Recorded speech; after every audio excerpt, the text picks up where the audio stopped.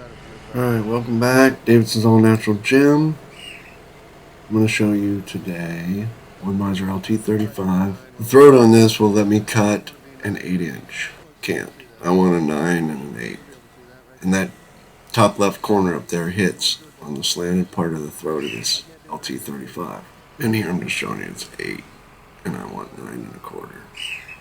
But if I move this log over to your right just 2 inches, I move this over just 2 inches, I'll be able to saw this oak cant in half. That'll get me 9-inch boards. So I'm going for 1.5 inch by 9 for trailer decking. And I know everybody's going to say already, don't cut the heart in half and all that. 1.5 by 9-inch boards are going to dry for a year. I'm going to let them twist and warp, put them back on the resaw, and get my 1.5 by whatever's out of them, 6s or 5.5s or 7.5s, whatever I want out of them. But I'm just trying to show you how to move this log over. Just moving it over 2 inch. This is a 2 by that I'm going to put in between here, put in between the dogs and this cant, and that'll let me saw this board to 9 inches and a half. So right now it's 18 by 18 is what it is. And I saw this in half, which I'm going to saw right through this core, almost right through the core, about 1 inch, 2 below the core. And you're going to see the stress in this black oak log is what it really is. You're going to see the stress lift the top cant up. So it's going to curve, and it's going to be curving the absolute wrong way that you want to cut.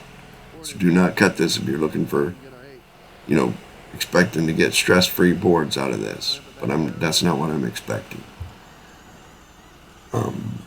Right here, cutting it in half, just whatever, inch and a half below that core, which is not a good idea.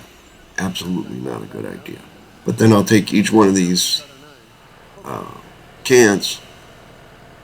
They'll both be 9 by 18, and I'll saw them and I'll let them set for a year, let all the stress come out of them, and then I'll resaw them into smaller boards for trailer decking. So I'm not trying to show you how to avoid cutting the core in half or any of that. This is definitely a do not do if you want trying to get good straight lumber straight off the sawmill. But that's not what I'm trying to do here. I'm going to let them set for a year so there won't be any stress by the time I'm done. You can see how that cant just popped up.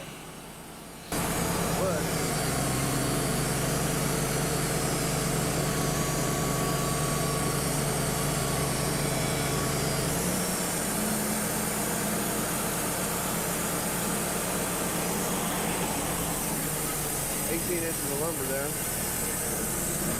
I don't want any 18. Nobody wants any 18-inch board. Unless you're doing a 9 by 18, then I got one.